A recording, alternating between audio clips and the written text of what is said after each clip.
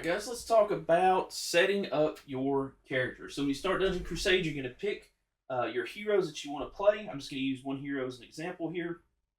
Typically you play with 6 heroes, unless you're playing solo, and then you start out with one and potentially hire up to 2 mercenaries. And so that's what we're going to do. So we're just going to take one hero as an example. So what you're going to need is you're going to need to get 2 hero cards. Right, every character will have a series of character sheets, and it will also have a cardboard standee to represent their character on the dungeon board. Hero cards. Right, each hero has 2 hero cards. All the art, all the stats are the same. On one card, you'll have the level 1, and on the back of that card, you will have their story. Right, so there's some lore here, kind of where they're from. All that's here. It will list their special abilities and what they are down here. Okay, so you're going to want to get these 2 cards for your hero. You're going to start out with level 1, so we'll just set this other card to the side for now. And you'll notice on the card that listed here in the corner, you can see it says Primordial Axe right here. So we're going to find that loot card. These are the loot cards that have this back. You're going to find that. So this is going to be Maheliak's starting weapon, so we're going to need to put that out there. You'll notice on the card also, keep picking it up, cool. You'll see on the card that you have some numbers circled here. So these are your default starting and max health and essence.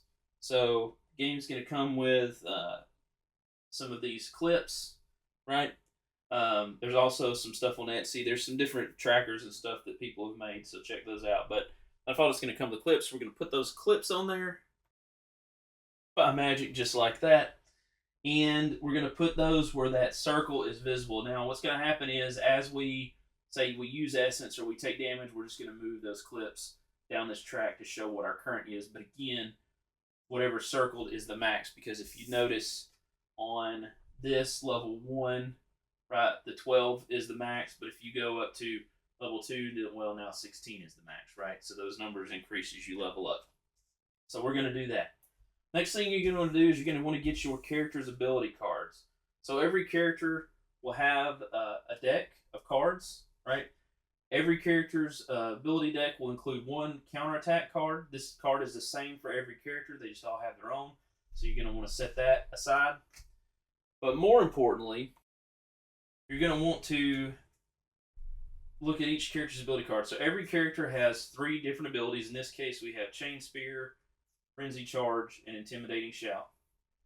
Every ability, and if you'll notice here, you see a 1, a 2, and a 3. So this is the level of those. Each one of them has a level 1, level 2, level 3 version. You can also see that listed on the back here. So that's the level 1, level 2, level 3. Okay. So what you're going to do is you're going to be using 2 out of 3 of these. So there's a couple different ways you can do it. You could choose your 2, or you could roll a die and say Intimidating Shout is 1, Frenzy Charge is 2, and Chain Spear is 3. Roll the D3, whichever 2 numbers come up. Let's say that we roll a 1 and a 3, so we say, okay, Intimidating Shout and Chain Spear are going to be my 2. And we're not going to use Frenzy Charge, right? So you only ever use, important part is you only ever use 2 of those. So you're going to pick the 2 that you're going to use. So let's say we used Intimidating Shout, and then let's say we use Frenzy Charge. All right.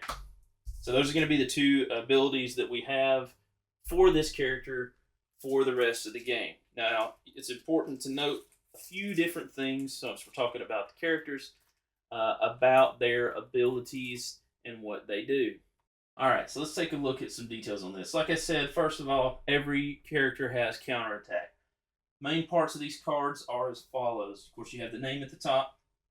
The left and the right hand side of the cards, you have a green globe and a yellow, orange globe. This is life force and essence. So the life force, for example, this Intimidating Shout level 1 here has a 2. That's how much life force when you go to the academy during Celebration Day that it would cost you to train that ability, and then that becomes an ability that you unlock for the rest of the game. Essence, if we remember, that's this right here on the character sheet, right on the character board.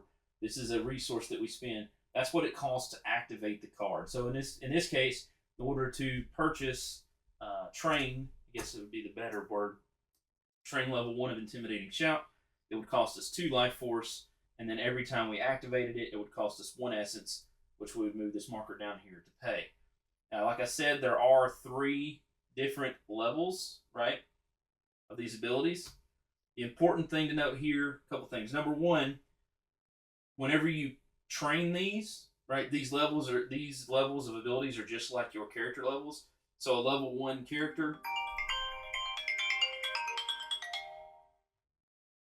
So yeah, these are kind of like levels.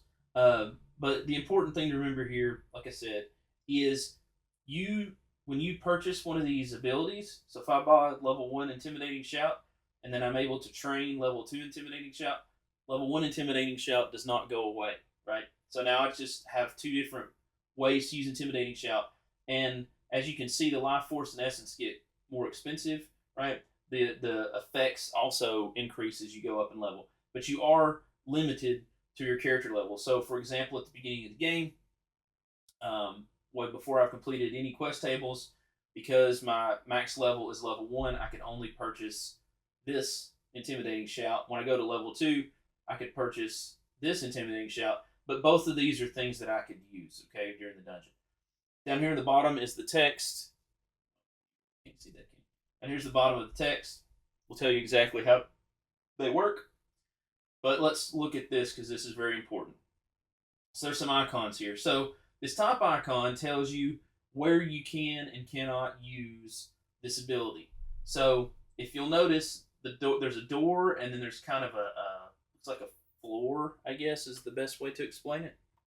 So these represent the main locations in the game. So the door is a chamber, and the hallway or corridor is what this bottom is. So that's everywhere else that's not a chamber.